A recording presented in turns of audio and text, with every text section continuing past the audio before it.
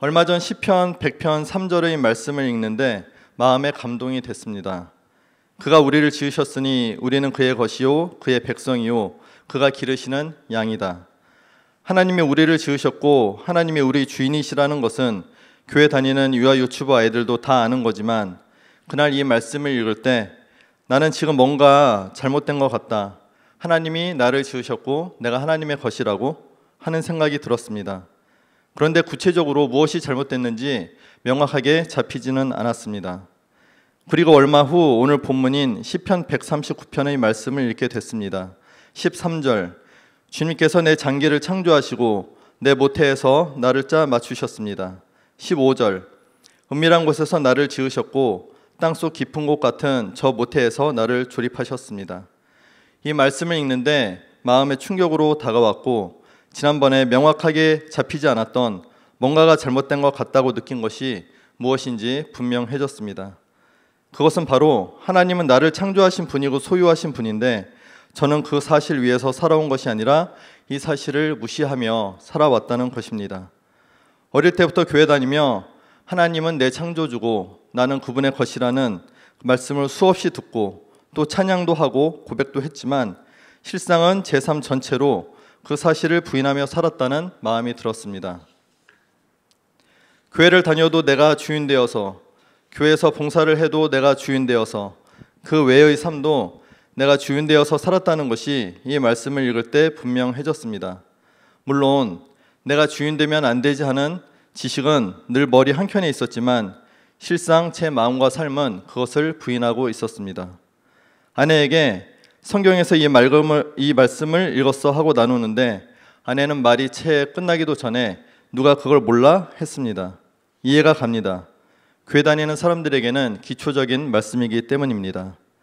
하지만 그날 제게는 뭐라고? 하나님이 나를 창조하시고 지으시고 짜 맞추시고 조립하시고 소유 삼으셨다고? 난 이제 어쩌지? 난 내 모든 삶으로 이걸 부정하고 살아왔는데 하고 회개가 되었습니다. 주님, 이제 전 어쩌죠? 40몇 년을 살며 저는 이 진리를 부인하고 내 마음대로 살았습니다.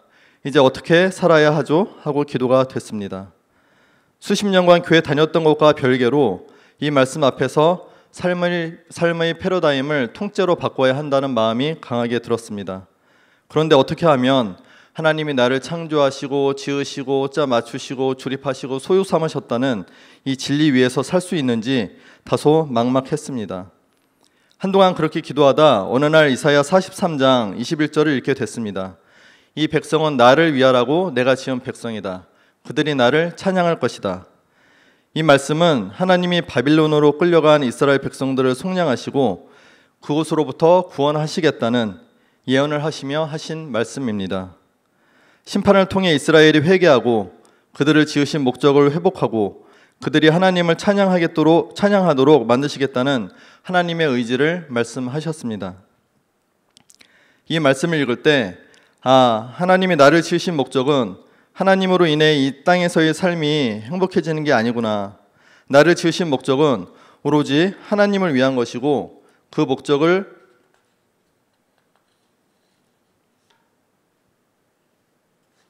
이루는 과정에서 내 삶의 형편이 행복하든 그렇지 않든 그건 중요한 것이 아니구나 하는 마음을 주셨습니다.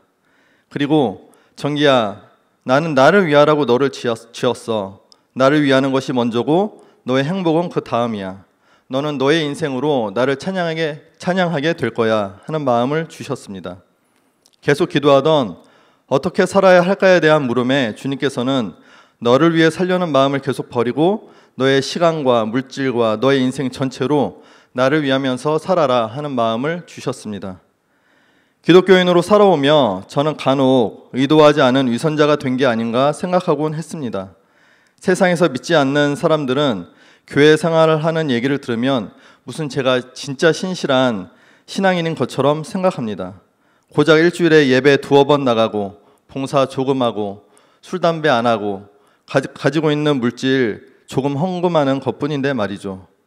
하지만 교회 가는 횟수나 봉사하는 횟수가 진짜 신앙을 증명해 주는 것이 아님은 다들 잘 아실 것입니다.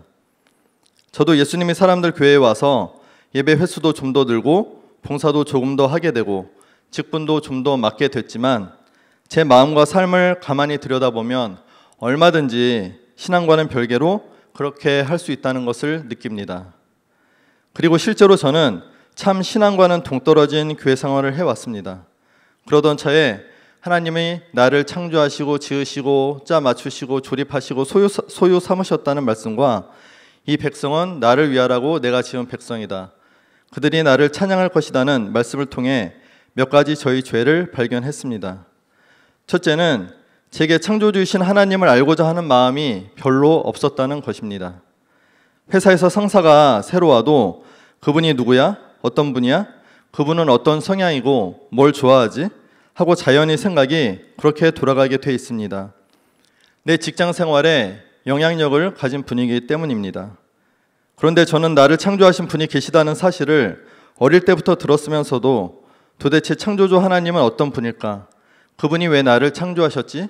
나는 어떻게 살아야 할까? 하는 창조주를 알고자 하는 마음이 별로 없었습니다. 직장 상사보다 못하게 하나님을 대했습니다. 둘째는 나를 지으시고 소유 삼으신 하나님을 의식하는 마음이 별로 없었습니다. 직장인들은 상사의 눈치 하나하나 신경 써가며 직장 생활하는데, 그렇다면 말 하나, 행동 하나에 하나님을 의식하는 것은 너무나 당연한 일인데 저는 그렇지 못했습니다. 물론 머리로는 알았지만 대강 그런가 보다 하고 넘어갔고, 마음으로는 하나님 눈치도 안 보고 하나님 두려운 줄도 모르고 살았습니다. 이 대목에서 제가 겪은 인생의 어려운 일들이 많이 떠올랐습니다. 과거를 짚어보니 제 고난의 원인은 대부분 내 마음대로 하면 다 잘 될 줄 알고 하나님 무서운 줄 모르고 산 데서 비롯된 것들이었습니다. 셋째는 나를 지으시고 내 주인이시기 때문에 내 영과 혼과 육을 마음대로 다 하실 수 있는 하나님께 제 마음과 시간을 너무 적게 드리며 살아온 것입니다. 대부분의 시간 제 마음은 세상적인 것들로 채워져 있었고 제 시간도 세상적인 것들로 대부분 소비되었습니다. 그러니 당연히 제 마음의 주인은 하나님이 아니라 세상이었습니다. 세상 것들로 마음을 채우고 살면서 제가 겪었던 증상 중 하나는 때때로 마음이 매우 공허해진다는 것이었습니다. 그럴 때면 저는 재미있는 영화나 TV를 보거나 맛있는 음식으로 배를 채우거나 몸을 즐겁게 하는 운동을 하곤 했습니다. 그럴 때면 순간 공허함을 잊을 수는 있었지만 언제고 공허함은 다시 찾아왔습니다. 이 말씀들을 묵상하던 어느 날 또 별다른 이유 없이 매우 깊은 공허함이 느껴지고 아무 이유 없이 마음이 불안해진 날이 있었습니다. 그런데 주님께서 네가 늘 하던 방법 말고 그냥 가만히 너의 마음을 나에게 드려봐 하는 마음을 주셨습니다.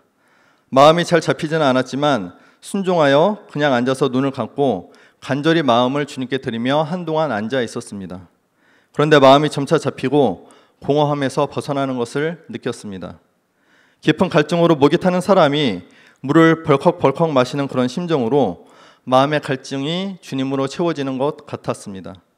그리고 그 이후부터 공허함을 느낄 때 이전의 방법을 찾지 않고 주님 앞에 나아가 가만히 주님께 마음을 드리게 됐습니다. 그때마다 내 영혼이 갈증으로 주님을 찾아 헐떡이고 있었구나 하는 마음이 듭니다. 이런 일을 통해 저는 세상 것들에 드리던 마음과 시간을 주님께 의지적으로 드리는 훈련의 필요성을 크게 느끼게 됐습니다. 로마서 8장 7절은 육신에 속한 생각은 하나님께 품는 적대감입니다. 그것은 하나님의 법을 따르지 않으며 또 복종할 수도 없습니다 라고 말씀합니다. 저는 그리스도인이라 하면서도 육신의 정욕을 위한 일에 마음과 시간을 훨씬 많이 드리고 살았습니다. 그러니 제가 의도하지 않았더라도 제 마음에는 하나님을 향한 적대감이 자리 잡고 있었겠구나 싶었습니다. 그리고 그렇게 계속 산다면 여러분이 육신을 따라 살면 죽을 것입니다 라고 말씀하신 로마서 8장 13절 말씀처럼 평생 교회 다니고도 마지막에는 영적인 죽음을 맞이하겠구나 생각됐습니다. 교회 다닌다는 것으로 직분도 맡고 봉사도 한다는 것으로 또 다른 성도님들과 함께 있다는 것으로 거짓 위안을 삼으며 스스로를 속이다가는 큰일 나겠구나 하는 깊은 경각심을 느꼈습니다. 그래서 육신의 정욕만을 얻을 뿐인 미디어 같은 세상 문화에 들이던 마음과 시간을 주님께 온전히 드리는 훈련을 필사적으로 해야겠다 결단하게 됩니다. 창조주 하나님을 알고자 하는 마음이 없었던 것, 하나님 의식하지 않고 하나님 눈치 안 보고 두려움 없이 내 마음대로 산 것, 하나님께 마음과 시간을 너무 적게 드린 것, 이 세 가지 죄를 깨닫고 회개했다고 말씀드렸는데, 제가 이런 안일한 신앙생활을 했던 주요한 원인은 하나님의 사랑에 대해 잘못 이해하고 있었기 때문입니다. 저는 오랫동안 교회를 다니며 수없이 하나님의 사랑에 대해 들었습니다. 그런데 언젠가부터 하나님의 사랑에 대한 말씀이 제게 별 능력이 되지 않는 것을 느꼈습니다. 오히려 죄를 짓고 세상과 타협하면서도 내가 믿음이 연약해서 이러는 것이니 하나님은 사랑이시니 믿음이 연약해서 짓는 나의 죄를 크게 탓하시지 않겠지 하며 스스로를 속이는데 하나님의 사랑을 악용하곤 했습니다. 그러면서 세상을 이기지 못하는 저희 믿음에 대해 많은 의문을 품었습니다. 그런데 이번에 나를 지으시고 소유 삼으신 하나님에 대해 진지하게 생각하고 앞에서 말씀드린 세 가지 죄에 빠졌던 원인이 무엇일까 기도할 때 하나님은 제게 하나님에 대한 두려움이 부족했기 때문이라는 마음을 주셨습니다. 사랑하실 뿐 아니라 심판하시는 공의로우신 하나님에 대한 이해가 부족하기 때문이라는 마음을 주셨습니다. 저는 오랫동안 나는 복음을 믿는다 시인했고 그리스도인으로서 나름 살아왔으니 심판은 이제 나와는 상관없는 일이라고 생각했는데, 과거의 신앙생활 경력을 걷어내고 말씀 앞에 서보니 심판하시는 공의로우신 하나님, 영혼도 몸도 둘 다 지옥에 던져서 멸망시킬 수 있는 두려운 하나님이 보였습니다. 그리고 이 말씀이 바로 내게도 해당된다는 사실을 깨달으면서 더욱 예수님의 십자가 사랑을 붙잡고 그간 버리지 못했던 여러 세상적인 악한 습관들을 정리할 수 있었습니다. 하나님의 사랑은 하나님을 향한 거룩한 두려움과 분리될 수 없고, 그럴 때에야 하나님 사랑이 능력이 되어 죄에 대한 이김을 주시는 것을 제 개인의 삶에서 경험할 수 있었습니다. 그래서 저는 하나님을 사랑할 뿐만 아니라 더욱 두려워하는 마음 갖기를 소원합니다. 그럴 때 밭에 감추인 보화를, 그렇게 값진 진주를 얻기 위해 자신의 모든 것을 올인하듯이 천국을 얻기 위해 생명까지 주님께 드릴 수 있게 되는 것 같습니다. 최근에 에스겔서를 읽으면서 마음에 남은 것이 있습니다. 에스겔서는 유다와 예루살렘에 대한 심판, 암몬, 모압, 에돔, 블레셋, 두로, 시돈, 이집트 등 주변 민족들에 대한 심판을 예언하고 있습니다. 그런데 매번 민족들에 대한 심판의 예언이 끝난 뒤에 마지막에 계속해서 반복되는 말씀이 있습니다. 그때야 비로소 너희는 내가 주인 줄 알게 될 것이라는 말씀입니다. 이 말씀이 에스겔서에 수십 번 반복됩니다. 하나님은 심판의 예언을 마치신 뒤에 그 심판을 통해 각 민족들에게 단 하나 알려주고 싶으신 게 있으셨는데, 그것은 바로 하나님이 주인이시라는 것입니다. 다른 말로 하면 그들이 심판받은 죄목은 다른 그 어떤 것도 아닌 하나님을 주인으로 인정하지 않고 하나님이 주인이시라는 계산 없이 하고 싶은 대로 마음대로 산 것입니다. 이 말씀을 묵상하며 나를 창조하시고 소유 삼으신 하나님이 내 마음에 분명하지 않기에 하나님을 주인으로 모시는 마음도 없는 것이고 그 죄 하나로 심판받게 되는구나 분명히 알 수 있었습니다. 어떤 사람에게는 쉬울 수 있지만 제게는 하나님을 주인으로 인정하는 마음이 형성되는 것이 참 지난하고 오래된 싸움입니다. 평생 이거 하나가 안 돼서 하나님과 세상 사이에서 회색지대에서 줄타기를 하며 사는 것 같습니다. 하지만 이제 이거 하나는 분명히 압니다. 하나님이 주인된 삶을 살지 않는다면 평생 교회 다니고도 억울하게도 그 마지막은 사망이겠구나 하는 것입니다. 생각만 해도 정말 끔찍한 일입니다. 그래서 요즘은 이것을 위해서 가장 많은 기도를 하는 것 같습니다. 오직 좁은 문으로 들어가 좁은 길을 걸으며 하늘에 계신 아버지의 뜻만을 행하고 그 어떤 것도 주님보다 높이거나 앞세우지 않고 살게 해주세요. 이 기도를 합니다. 말씀을 마치겠습니다. 하나님은 나를 지으셨고 소유 삼으셨고 이 백성은 나를 위하라고 내가 지은 백성이다. 그들이 나를 찬양할 것이다 하셨습니다. 저는 이 사실을 머리로만 알고 마음으로는 부정하며 살았습니다.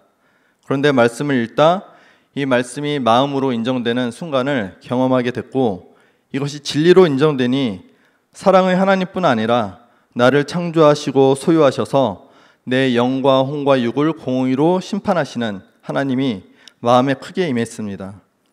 그러면서 제 삶의 죄가 정리되고 지으신 목적대로 내 인생으로 하나님을 찬양하는 삶에 대한 마음을 품게 됐습니다. 오늘 혹시나 저처럼 이 단순하고 기초적인 진리 위에서 살아오지 못한 분 계시다면 함께 기도하고 싶습니다.